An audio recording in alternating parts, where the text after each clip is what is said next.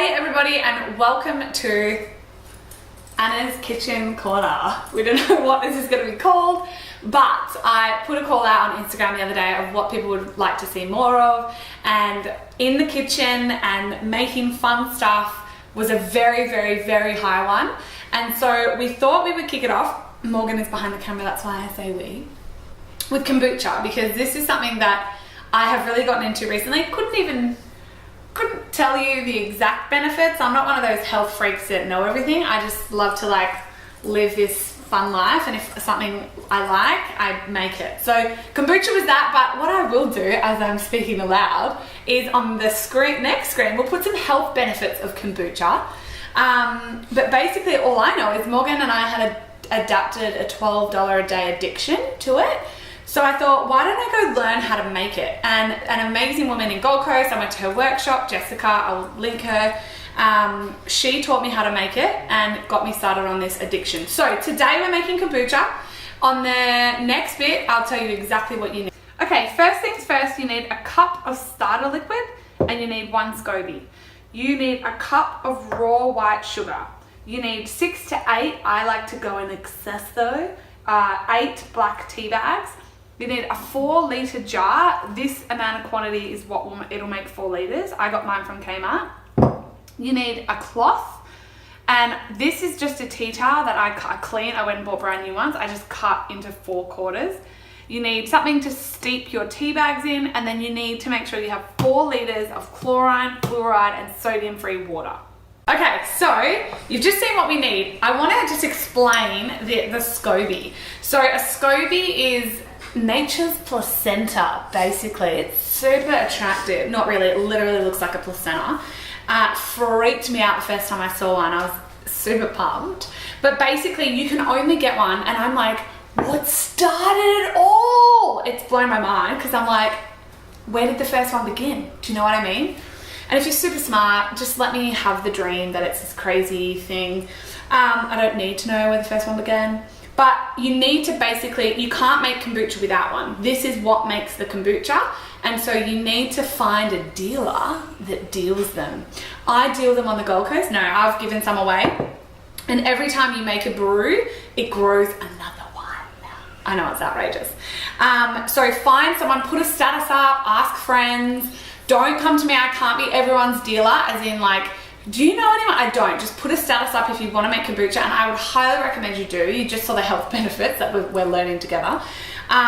So you've got to find someone that does it, right? Placenta, amazing. So what we then do is we take our 6 to 8 tea bags and we steep them. Morgs just was like, what, steep? So I chuck them in here.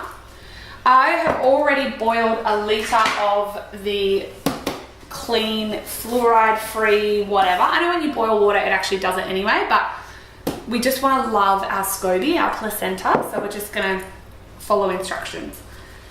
So you put the 6 to 8 tea bags in there. I put a litre of water in the kettle, and then we steep it. And that's going to be 10 minutes. It's like 10 minutes of tea steeping, and then we'll move on.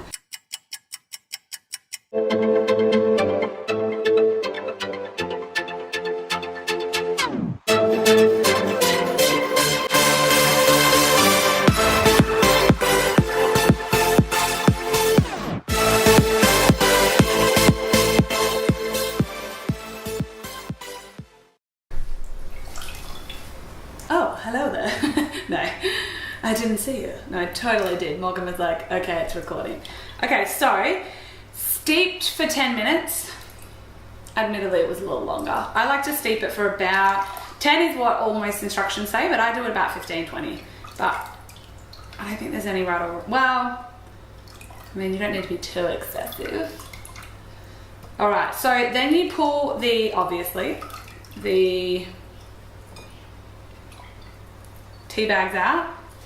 Tea bagging, anyone? Only some hilariously awesome people will understand that. Okay, so next what you do is you take a cup of sugar. Now, for anyone that's like, I don't do sugar, you're out. Karen, you're done. Stop watching, there's no point, because kombucha has sugar. So there's a cup of it, but what I learned, I have everything. I put people that don't like sugar sort of in the same category as people that might not eat hot chips because there's carbs in them. So serial killers, basically.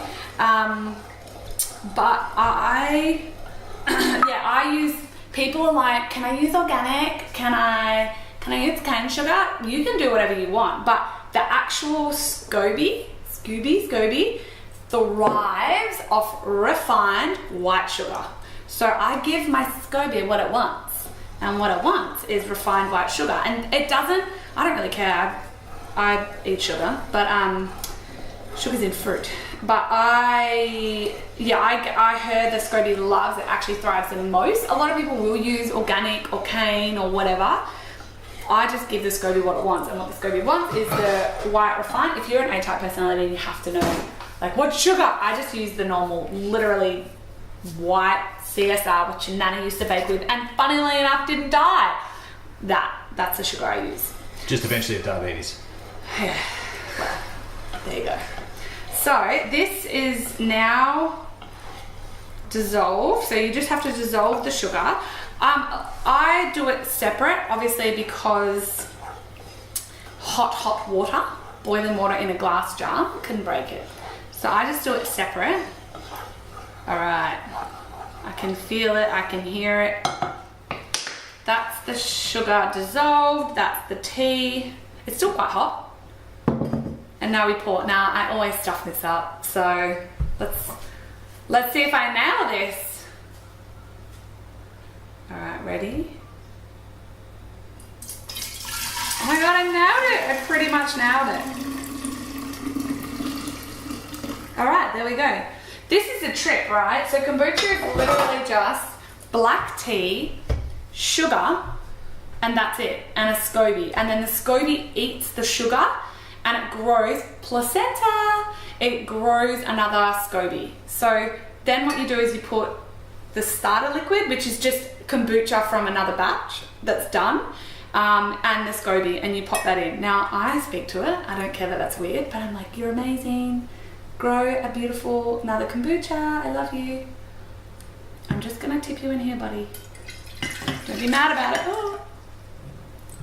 All right, there we go.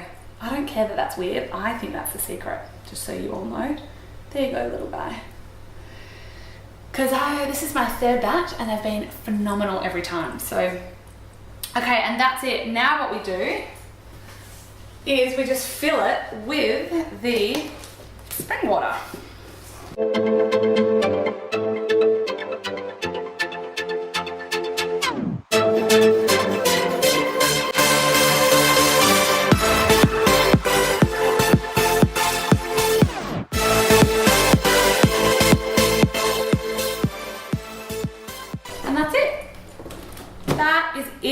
Comprendes?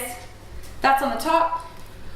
Then you put the cloth over the top. This is actually really important, not this bit, but you put the cloth over the top. Now it has to stay aerated and it has to stay out of direct sunlight. Can't go in a cupboard, so it needs sunlight, but it can't have like direct sunlight. So if there's a spot in your kitchen that actually gets like morning sun, don't put it there. I just put it to the side. It takes 7 to 21 days to ferment and grow another SCOBY and be ready. Taste it after day 7. It depends on your taste buds. Now, some really important tips with the SCOBY though. Metal is a no-no. So only can be like glass and wood.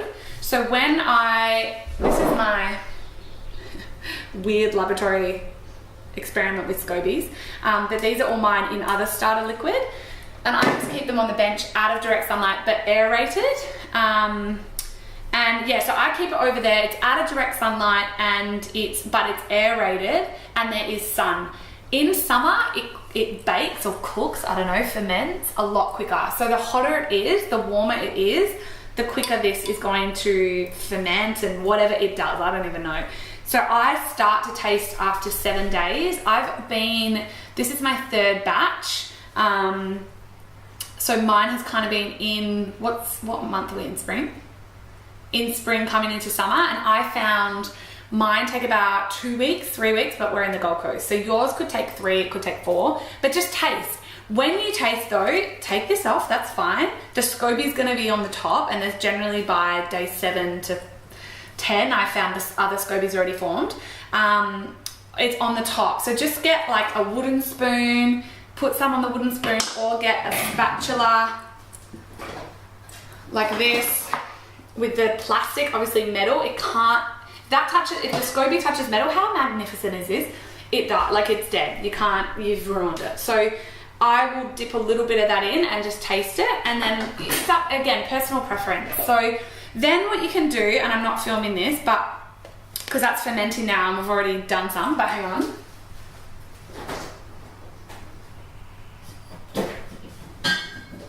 So here's some we have in the fridge. This is second fermentation. So Did you say here's what we prepared earlier? Here's what we prepared earlier. Damn it! It's done. It's gone. The moment it's gone. So this is now going to sit right here, right? That ferments. Then when I've tasted it after sort of, I like mine about 14 days. So I like mine about 2 weeks. Quite vinegar, like quite sour, I don't know, and fizzy. It'll ferment. I then drain it. So we drain it into another glass jar, 4 litres, and then it goes back into the glass jar once it's strained with, if you want second fermentation. So I'll just show you. We pop them in these. Again, this is just from Kmart. Pop them in here. We put fruit in the bottom. It's second fermentation. So you can flavour it. This one we flavoured with apple. So we just cut up apples, put them in the bottom, poured take the SCOBY out, put it in starter liquid aside, put the fruit on the bottom, strain it into this and shut it, and you can leave it for 2 to 3 days, and then it's drinkable. We then strain the fruit and put it in glass bottles. This one is plum and cherries, and it's amazing. And this one is apple. And then what I do is, like, we just get a glass every day, and we put about that much kombucha in, and then we fill the rest with mineral water. So yeah, that's how to make kombucha. I hope it's so simple. I think people don't realize how simple it is. It's so good for you, and it's so yummy, and it's just a beautiful complement to a healthy lifestyle. Next week, or like, I don't know, tell me what else you want to see. We'll be doing bliss balls, a day on the plate, that's what everyone wants to see. But yeah, I'll see you next week.